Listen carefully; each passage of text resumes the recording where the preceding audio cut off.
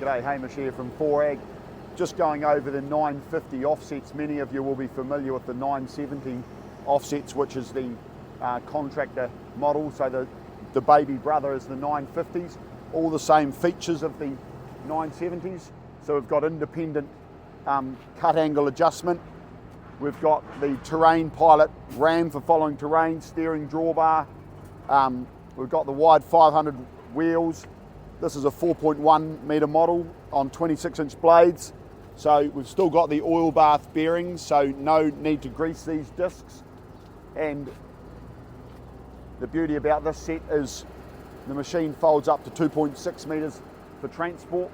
So if you're a contractor or a farmer with tractors in that 150 on flat ground, say the 250 horsepower category, you don't want to tie up a big 300 horse tractor with a set of 970s, then the 950s are the machine for you.